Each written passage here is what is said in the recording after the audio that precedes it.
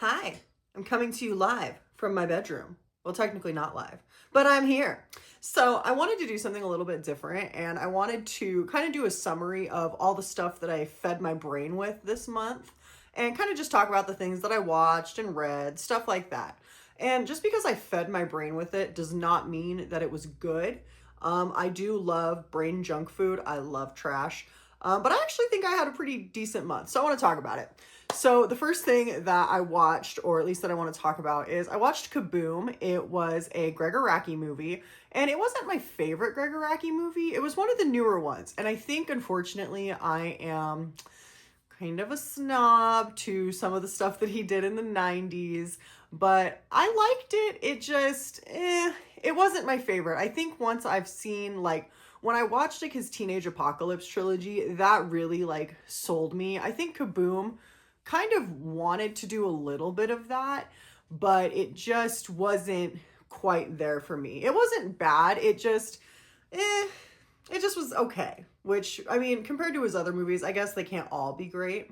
So the next thing I watched is, did y'all's ever see that animated Beowulf movie from like the 2000s? So I watched it. It was not my favorite. I'm kind of a hater this video. I'm going to be honest. There was a lot of stuff that just did not hit for me this month. I watched it. I was not that into it. I think it wasn't like bad. It's just the animation was kind of weird. I remember my boyfriend telling me that it was done by the same people who did the Polar Express, and I hate the Polar Express. So maybe I was just a little bit like biased right out of the gate towards that.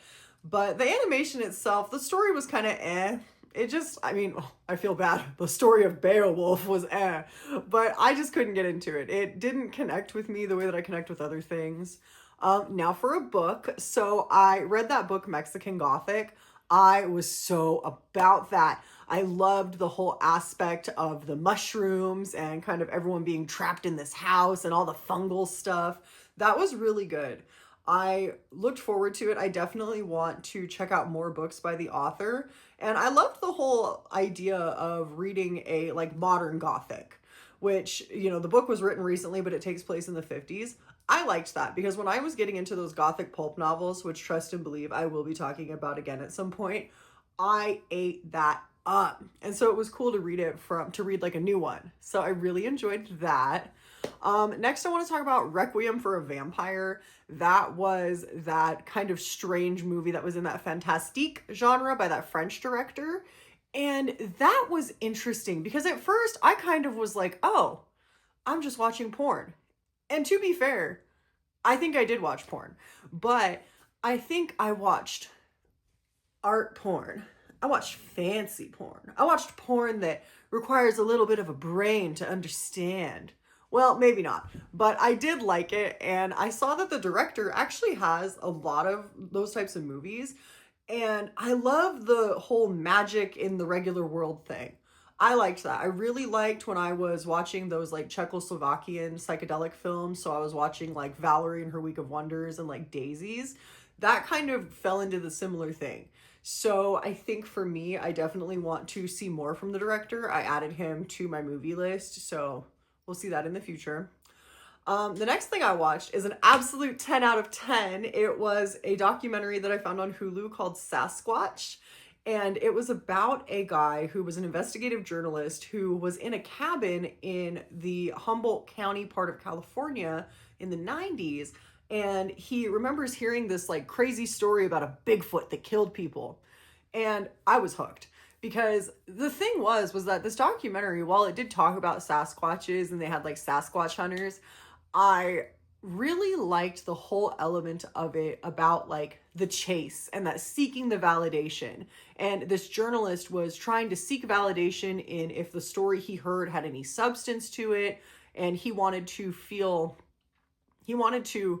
almost feel like he needed those answers about what happened. And he goes on a whole journey for it. And I just loved that.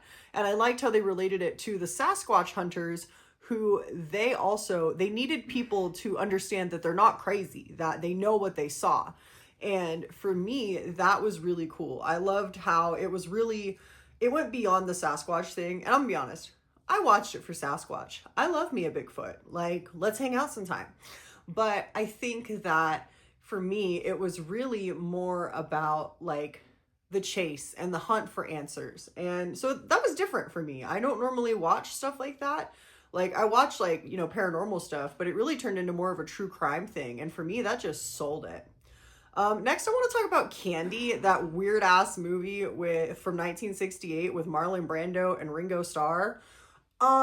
Disappointment, disappointment all around, because visually, oh my God, it could have been so good. We had some really cool like chances for like cool like psychedelic moments, and I said this in my review of it.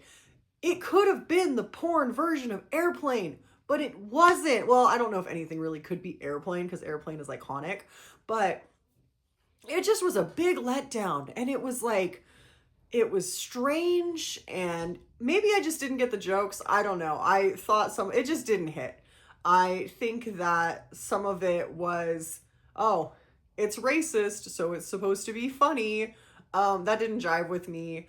A lot of it just did not work, which really sucked because I do not understand how you could have had such a stacked cast and such a disappointing movie. And I said this in my video about it, the guy who wrote it is also the guy who wrote The Graduate. So like, how far we've fallen. Big disappointment all around. Next, I watched that movie Cool World. I'd never seen it before, and I'm gonna be honest, I'm not a big Brad Pitt fan. Dude, I'm just like, I am nothing but like disappointed this whole video. I am not a big Brad Pitt fan. He's okay, but I just don't gravitate towards him. And I actually liked that movie. I thought it was fun. I liked the whole, like, it, you know, obviously it reminded me a lot of Who Framed Roger Rabbit because of the cross between the cartoon world and the real world.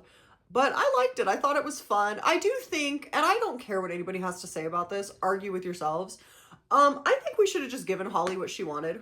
If she wanted to be in the real world, girl, let her. I don't care if it would have disrupted the cartoon world. I kind of liked the chaos. So, you know what? She was a woman with a dream, and they hated her for that.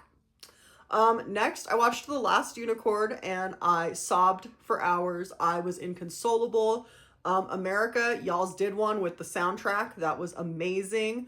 And the story was just so good. And like, she was the only unicorn to no regret. And it just hurt my heart in like a good way. I loved that. I thought the animation was so beautiful, and I was touched. I just was touched by it. Next, I talked about that movie Killer Party, that slasher movie that had like no slashing in it. My thing is I love 80s movies. I love bad 80s movies. And so it was fun. I think we could have gotten a little bit more creative with the kills. If you had the money to have everybody naked in that movie, you had the money to kill people. So don't try to tell me that it was a budget issue, because guess what? I know that it wasn't. Next, my boyfriend found this movie from 1968 called Hell's Angels on Wheels, and it had like a young Jack Nicholson in it, and which was shocking to me because I think the first time I saw Jack Nicholson was probably in The Shining when he was a little bit older. I'd never seen a young Jack Nicholson. And actually, I was kind of like, I wouldn't say no. Like, it was an interesting movie, but it was essentially like the Hell's Angels causing problems everywhere, and then Jack Nicholson being like, this isn't for me. I'm a man of moral standing, after being immoral the whole movie. But it was fun. So sometimes, you know, I watched a lot of movies this month that I think didn't necessarily have a point.